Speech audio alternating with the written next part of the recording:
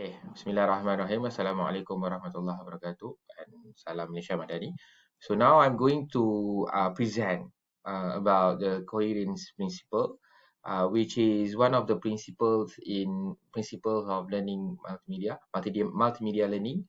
Uh, was first produced by Richard Smith, the guy here. So in 2001.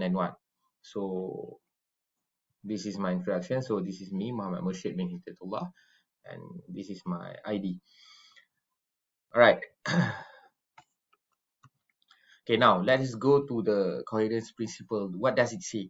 So coherence principle in multimedia learning suggests that people learn better when extraneous material is excluded from a presentation.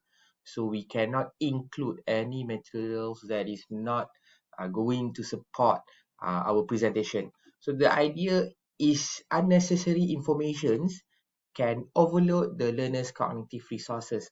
So when they are going to learn, uh, so they will have this cognitive process inside their mind during the process. So we don't want it to be overloaded, and for it to making it harder to process and retain the essential content. So the simple meaning is keeping things simple and relevant, and less is more in educational content. This is what coherence principle is saying. So for examples here, like presentations or videos or online courses, we must avoid adding extra information or flashy elements, such as what is that the flashy elements are. We're going to look after this, that don't directly support the lesson's main point here. So like for example, I've prepared here like this building. If you can see this building at the right side of the presentation here, this does not support the coherence principle, so we must not put this building inside this presentation, but I've put it for the purpose of my presentation. Okay, next. So the coherence principle, so the guidelines that supports the coherence principle. So just now, like what we have explained or discussed now, people learn better when extraneous words, pictures, and sounds are excluded rather than included. So the first one, avoid extraneous audio. So in psychology speaking, so the cognitive system can be disrupted by the over addition of the music and sounds to our multimedia presentation. So when learners are forced into listening to music or sounds, so they are forced into paying more attention to the music rather than the presentation itself. So the next one is avoid the extraneous graphics. So in this part, the graphics that we put inside our presentation must complement the learner's thinking process and not distract them. So the graphic that we put there must be an appropriate links between the relevant information that is going to be presented. And then the next one is avoid extraneous words, where we must use simple, basic, and concise text for our presentation. So we must not avoid a lengthy, long phrases and sentences. So instead, we use key idea concepts inside our presentation to make it simple and to stimulate uh, our audience. So this is some of the examples of before and after the coherence principle. If you look at before the coherence principle at this side, we are going to talk about the water cycle. You can see here, we can see here, we have a detailed background. It means that we have so much of graphics here, where we have these clouds, we have the boats, we have the hills over here, we have the house, so we have the land. So there are too much of graphics here, so the background are so dense, so detailed. So and there is too much of description. If you can see here the condensation, for example, it has the explanation here: water vapor cools and change into water droplets, for example. So what is the evaporation? So there are too much of description. So And inside here also there are same cycles in two different places. Like here, if you look at the C here, inside here, the C here, we have one same cycle as one over here. So there are same cycles in two different places. We are talking about the same thing. And then we have the background music here. If you can hear here. So the background music for the boats here. So this is before the uh, coherence principle. So after the coherence principle, after we take consideration into the coherence principle, so this is the best uh, presentation that we can make, which is we are going to talk about the same thing, which is the water cycles. So the graphics here that are put inside this presentation are very simple and very related to what we are talking about, which is the water cycle. So the water cycle, like for here, it will be evaporated and then it will condense and then the precipitations and then the collections. So from this cycle, we can people learners they have a clearer background here. Like for example, here they have a clearer background and concise text descriptions and simple and clear process. We can see the four processes here, and then no background music to distract our audience. So from these learners, they can actually relate one idea to another idea better compared to this part here. So these have a lot of distractions. Our mind, the learner's mind will be overloaded with cognitive information. The second example that I'm going to share with you is like this one. We're going to share about the photosynthesis process. So we're here, we have a full background telling about the, I mean, photosynthesis. It's actually photosynthesis talking about I mean, the what do you call the leaves and flowers. So detailed text explanation. So we have a detailed text explanation over here and decorative images where we have these images, the 5 images over here, and the flashy elements over here. We have the sun like flashing the light, the lights throughout the background. So decorative images, and then we have the animations and symbols. Like here, we have the animation and symbols.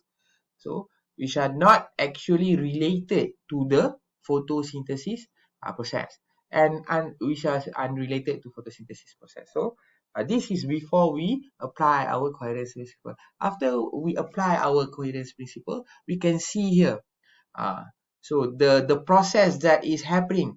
So from photosynthesis, when the sun's lights out at the leaf, tumbuh-tumbuhan. So the carbon dioxide and the water will be absorbed, and then the leaves here will produce, the plants will produce the glucose and then the oxygen. So these are the clearer and focused background, and we have a concise text descriptions, simple and clear process, and related animations and symbols like this. Like the suns here, we need the sun for photosynthesis, so we have a simple animation showing the sun is lighting the plants. So these are a very good example of before and after coherence principle. The third one, especially for mathematics here, if I want to teach fractions, so before I want to think about the numerator and denominator. So I have a confusing background. Why I say confusing background? Because we have this part over here, fractions also. We have this part over here, 1 over 8, 1/8 this part also fraction. So we have this part also as a fraction. So which part we are talking about the fractions that with this fraction is talking. So we have extra explanation and description. We put already the numerator and we put the part. I mean the explanation of the part. And for the denominator is the total, and we have decorative images like this sticks. The numbers are not related to what we are going to present. So after that, we just take the important idea, which is we are going to talk about the numerator and denominator. So we'll just put the fractions and we'll show a diagram and we'll just find out what is numerator, what is denominator. So we will have a clearer background, concise descriptions, and simple and clear process. So what are the advantages of coherence principle? So it enhance focus on key content. So learners, they can concentrate on the most critical information that are being presented, and they can facilitate better comprehension and better understanding. So the second one is improve retention of essential informations. Learners remember the core material without being distracted by irrelevant data. So they can have a better understanding, and this understanding can make them retain the information for a longer period of time. So the next, the reducing cognitive overload for learners. So we need to focus on relevant information. Cognitive overload is minimized and making the learning process smoother. And then streamline learning experience. So a cleaner, more focused approach ensures learners don't get lost in details. Like for example, just now for we talk about this photosynthesis. So they don't have to go into these details, the water here and the process over here, and we have some insects over here, and we have some shellworm over here. So they don't have to go inside there. So they can improve overall efficiency. Then increase clarity in presentation, sharpens the clarity of presentations, making them more accessible and engaging, and better engagement with relevant material. Learners stay engaged when content is relevant, fostering a more productive learning environment.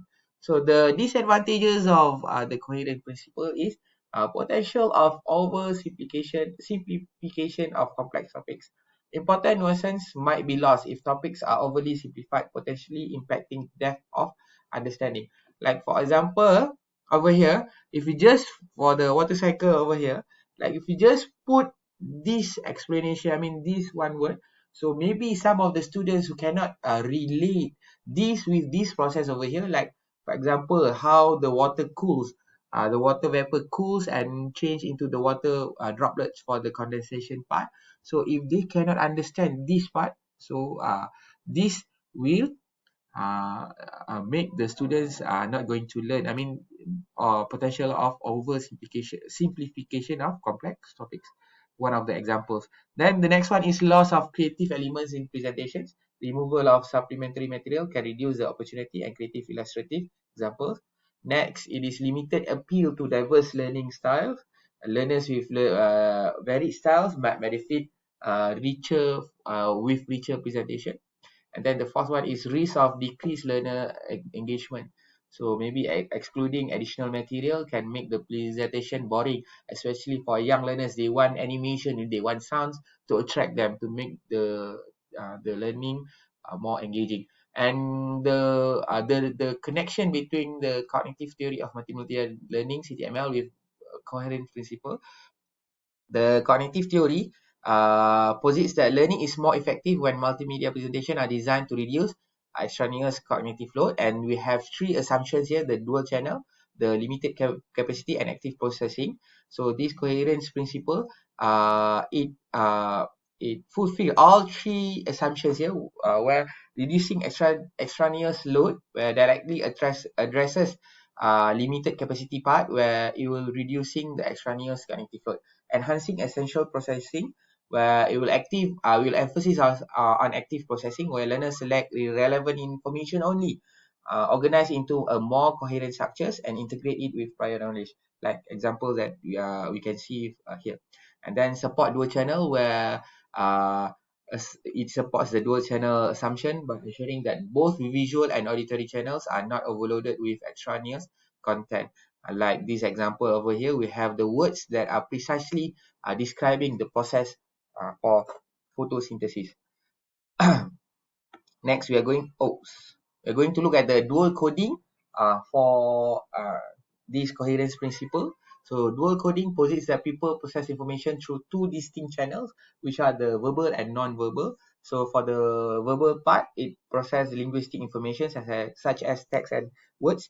For non-verbal, it includes the visual information such as images.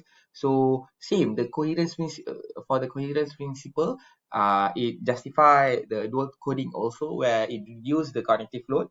The well-chosen verbal and non-verbal elements can enhance learning without overloading either channel. So like this water cycle on the right side are more appropriate for learning compared to the left hand one. The enhancing dual coding by removing extraneous material content are relevant and supports the creation of strong associative connections between verbal and non-verbal, and this can improve the retention and understanding of people learners, all right, the learners. So I think that's all for me from me. Thank you. Bye.